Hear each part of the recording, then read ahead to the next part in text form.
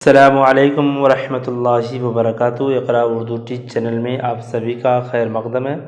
آج کے اس ویڈیو میں مؤنث کی پہچان کے متعلق پڑھیں گے کہ مؤنث کیسے پہچانیں گے، اس کی پہچان کیا ہوتی ہے۔ مؤنث کی پہچان نمبر 1، جن لفظوں کے آخر میں یا ہو، جیسے لڑکی، ٹوپی، لیکن ان پیشہ وروں کے نام جن کے آخر میں یا ہے اس سے مستثنی ہے یعنی الگ ہے، جیسے قاضی، منشی، مولوی، مفتی، دھوبی، تیلی، باورچی۔ ان کے علاوہ موتی، دہی، لسی، ہاتھی، پانی بھی مستثنی ہے یعنی الگ ہے۔ ان لفظوں میں مؤنث کی علامت پائی جاتی ہے یا، لیکن یہ مذکر استعمال ہوتا ہے، اس لیے ہم اس کو مستثنی کہتے ہیں۔ نمبر 2، جن لفظوں کے آخر میں نی ہو، جن لفظوں کے آخر میں نی ہو، جیسے کرنی، لہرنی۔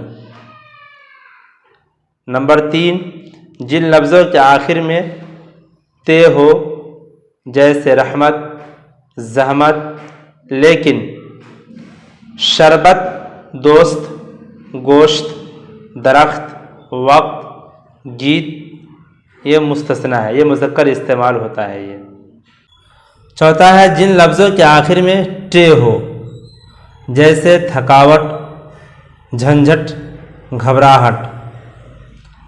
پانچواں، جن لفظوں کے آخر میں کار ہو، جیسے سرکار، ڈکار، پکار۔ 6 نمبر ہے جن لفظوں کے آخر میں سین ہو، جیسے پیاس، مٹھاس۔ 7واں ہے فارسی کے حاصل مصدر جن میں 2 جز ہوں، جیسے گفتگو، جستجو، لیکن تعویذ مستثنی ہے یعنی الگ ہے اس سے۔ کتابوں کے نام جیسے گلستاں، بوستاں، لیکن قرآن مستثنی ہے۔ 10 وہ الفاظ جو کسی علاقہ کی زبان کی حیثیت سے بولے جائیں، جیسے ترکی، فارسی، بنگلہ۔ 11 وہ الفاظ جو آوازوں کو ظاہر کرتے ہیں، جیسے چوں چوں، قل قل، کو کو۔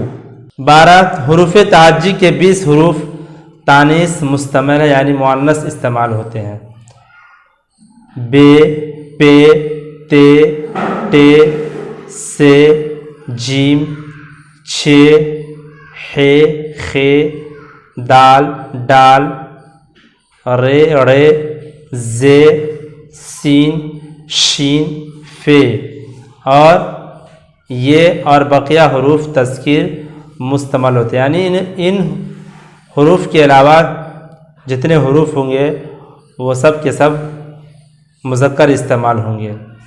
13 بعض جاندار اسماء ایسے ہیں جو صرف تانیث مستعمل ہیں، یعنی مؤنث وہ استعمال میں آتا ہے، جیسے بلبل، طوطی، مینا، فاختہ، لومڑی، گلہری، مچھلی، چھچھندر وغیرہ۔